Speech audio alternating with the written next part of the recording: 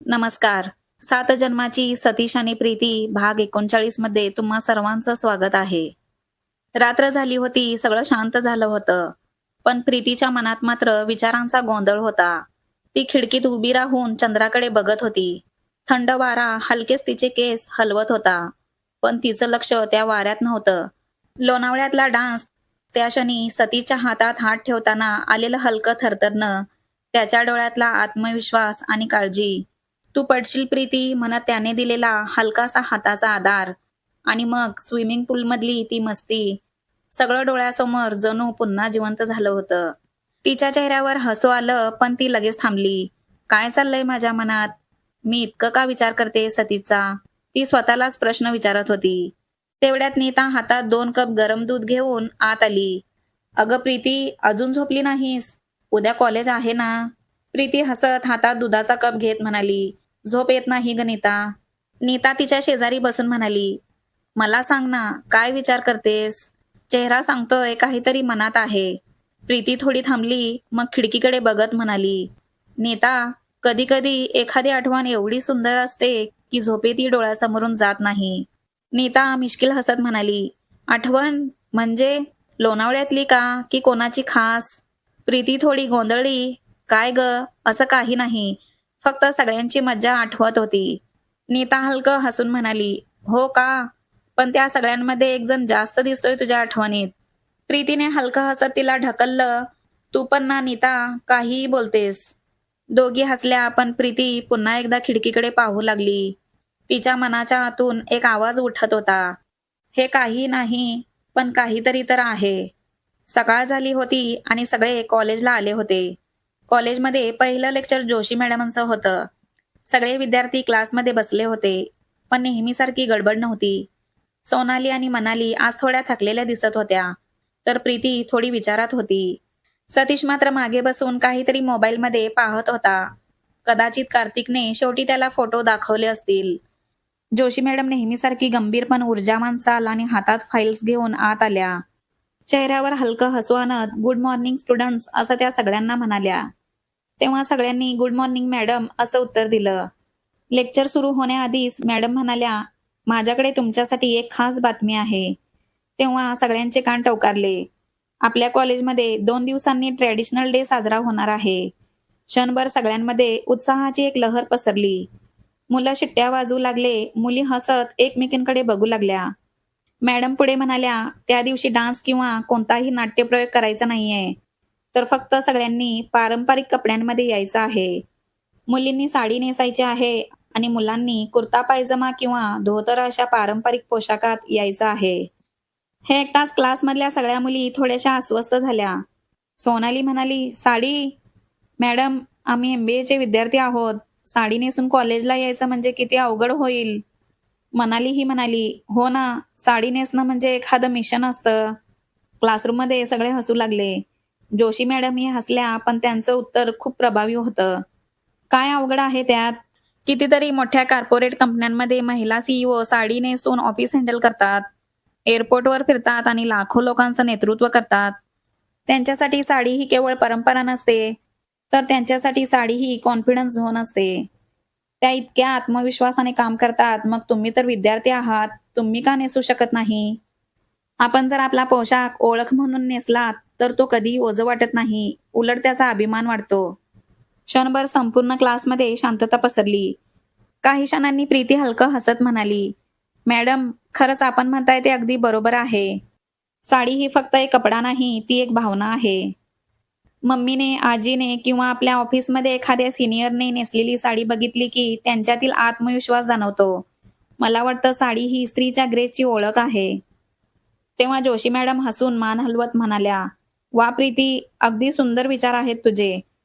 आणि म्हणूनच मला खात्री आहे, आपल्या कॉलेजचा ट्रेडिशनल डे म्हणजे फक्त रंगीत कपड्यांचा दिवस नाही, तर तो तुमच्या व्यक्तिमत्वाचं दर्शन घडवणारा दिवस असेल.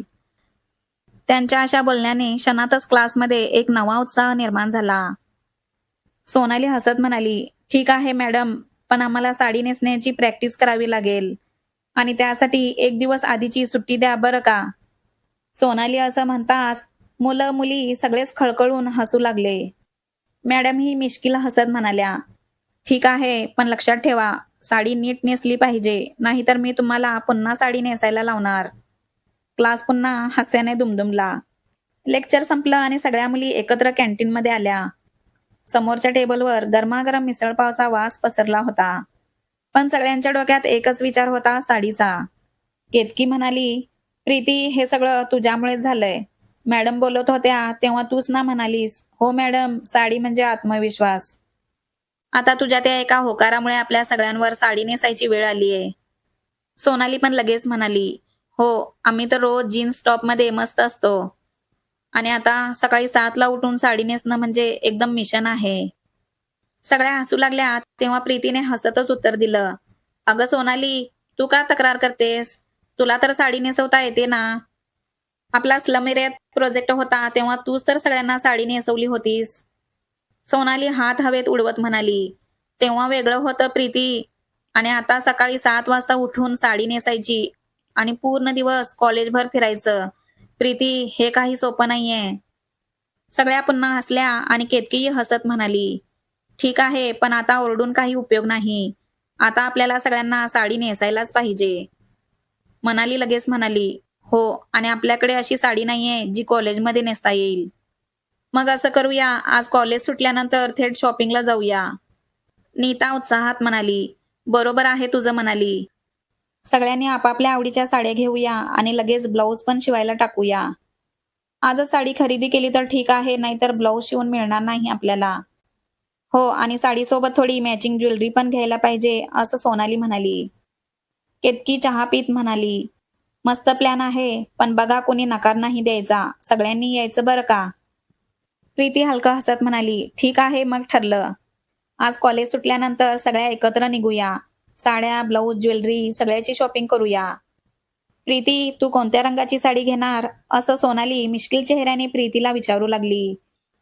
तेव्हा प्रीतीने हसून उत्तर दिलं, "पाहूया ग, रंग काहीही असो, पण साडी नेसताना मन आनंदी असलं पाहिजे. बाकी सगळं आपोआप छान दिसतं." क्षणभर सगळ्या तिच्याकडे बघत राहिल्या. तिच्या बोलण्यात एक वेगळाच गोडपणा होता.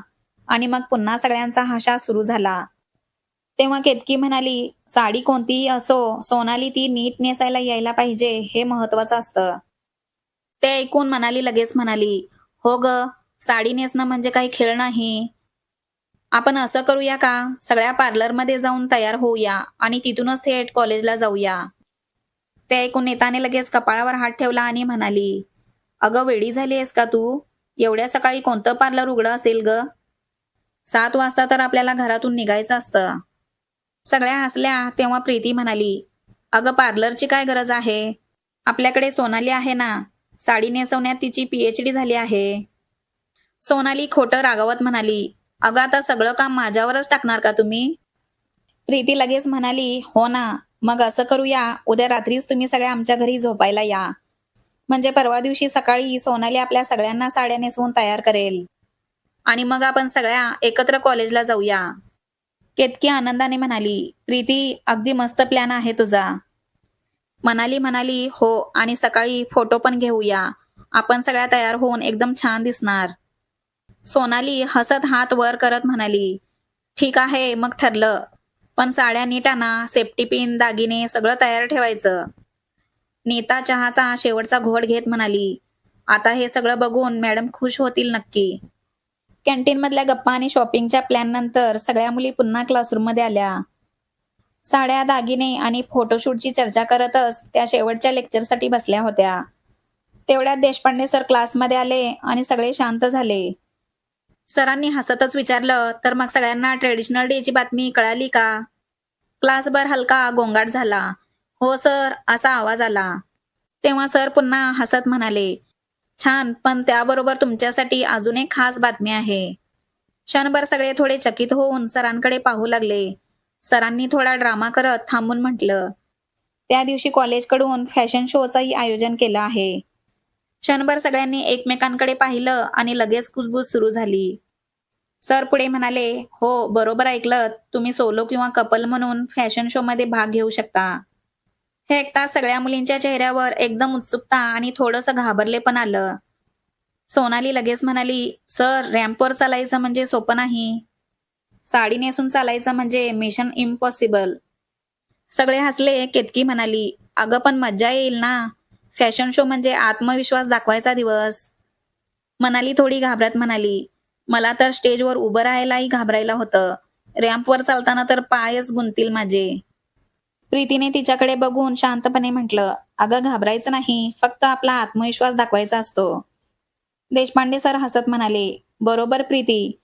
फॅशन शो म्हणजे फक्त कपडे नाहीत, तर आत्मविश्वास दाखवायची संधी आहे.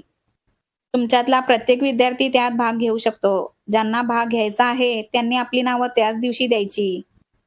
सरांनी तसं सांगून लेक्चर संपवलं, पण सगळ्यांच्या मनात मात्र उत्साह ओसंडून वाहत होता. रॅम्पवर चालायचं, साडी नेसायची, कपल बनायचं, सगळ्यांच्या डोक्यात आता फक्त त्या दिवसाचं चित्र फिरू लागलं होतं. देशपांडे सर क्लासमधून बाहेर गेल्यावर सगळ्यांमध्ये लगेच कुजबूज सुरू झाली. सगळ्या मुली उत्साहाने बोलत होत्या, अगं फॅशन शो म्हणजे भारीच. कोण कोण कपल बनणार हे बघायची मजा येणार. इतक्यात सतीश आणि कार्तिक हसत त्यांच्या जवळ आले. कार्तिकने टेबलवर हात ठेवत खट्याळपणे विचारलं, तर मग लेडीज ठरलं का? कोण माझ्यासोबत कपल म्हणून रॅम्पवर चालणार? सोनाली लगेच म्हणाली, तुझ्यासोबत कपल म्हणून कार्तिक शक्यच नाही.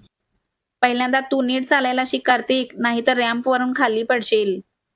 सगळ्या हसल्या. कार्तिकने नाटकीय चेहऱ्याने हात पसरवत म्हटलं, वा किती सुंदर स्वागत केलं तुम्ही माझं, पण मी हार मानत नाही. असं म्हणत त्याने मुद्दाम सतीशकडे बघून डोळा मारला आणि प्रीतीकडे पाहत मिश्किलपणे म्हणाला, मग सांग प्रीती, तू माझ्यासोबत रॅम्पवर चालणार का? क्षणभर सगळे शांत झाले आणि सगळ्यांचे डोळे प्रीतीकडे वळले. सतीशही नकळत तिच्याकडेच पाहू लागला. त्यावेळी त्याच्या मनात काहीतरी हलकंसं हललं. ती माझ्यासोबत रॅम्पवर चालेल का? ती स्वतःहून सांगेल का की तिला माझ्यासोबत रॅम्पवर चालायचं आहे? असा विचार सतीश करत असतो. त्यावेळी प्रीतीने कार्तिककडे पाहत हसून उत्तर दिलं, अरे आधी साडी तरी नीट नेसता येऊ दे मला, मग रॅम्पवर चालायचं ठरवूया. कार्तिक हसत म्हणाला, ठीक आहे, मी वाट बघतो. साडी नेसलीस की फॅशन शो आपोआप होईल. कार्तिक असं म्हणताच सगळे जोरदार हसू लागले. सतीशही हसला, पण त्या हशात एक वेगळाच भाव दडला होता. गमतीतले शब्द, पण मनात उमटलेली एक छोटीशी चाहूल होती. इतक्यात नेहमीसारखी आपली मजेशीर टिप्पणी करत नीता म्हणाली, कोण कोणासोबत चालणार हे नंतर ठरवा, पण चालताना नीट चाललं पाहिजे बरं का. एखादी पडली तर थेट पचका होईल सगळ्यांसमोर. क्षणभर सगळे हसू लागले. तेव्हा सतीश हसत म्हणाला, हो नीता, बरोबर बोललीस तू. तेवढ्यात मनाली घड्याळाकडे पाहत म्हणाली, अगं फॅशन शोचं त्या दिवशी बघूया, पण आता शॉपिंगला जायला वेळ झालाय. चला लवकर, नाहीतर दुकानं बंद होतील. सोनाली, केतकी, नीता अशा सगळ्याच मुली पटकन उठल्या.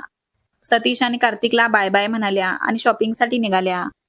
क्लासमधला हशा, बाहेर पडणाऱ्या विद्यार्थ्यांचा आवाज, या सगळ्या गडबडीत सतीशच्या मनात मात्र एकच प्रश्न फिरत होता, प्रीती खरंच माझ्यासोबत रॅम्पवर चालेल का? तुम्हाला काय वाटतं, प्रीती सतीश सोबत कॉलेजच्या फॅशन शो मध्ये रॅम्पवर चालेल का? तुम्हाला काय वाटतं हे मला कमेंट करून सांगा. आणि हा भाग आवडला असेल तर एक लाईक आणि चॅनलला सबस्क्राईब करा.